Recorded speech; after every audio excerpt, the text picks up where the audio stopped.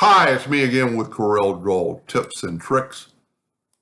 I just did this video yesterday, and they've come back and said they want to put this color. They're going to print it, and it's going to be spectacular. And then here it doesn't look too bad. I noticed yesterday when I was actually talking about this, that I didn't like that shape up by the heart. So, and this is just an easy peasy part of the video. So I thought let's make this shape a little bit better. 0.2, let's go.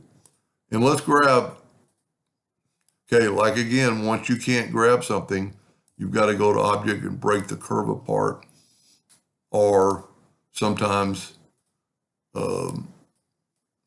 so what I'm doing, I'm just making this a little bit more uniform or more pleasing to the eye to me.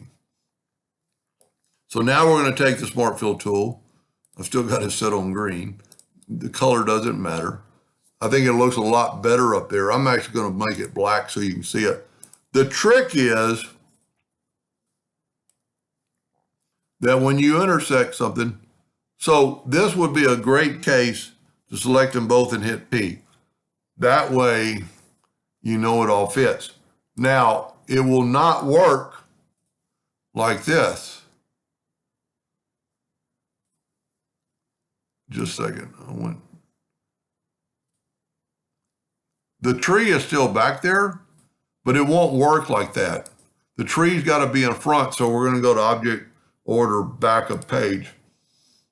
Now, this is something you could power clip, but I'm a big fan, and I'm actually going to bring her colors in a little bit to maybe give it a different look. Now, select it all and go right here to your well tool and intersect it. That fast, it made that. And it really, Object, Order, Backup Page. It really makes it stand out with a black background. And I like my new shape. Anyway, I hope they get the idea, and thank you for watching.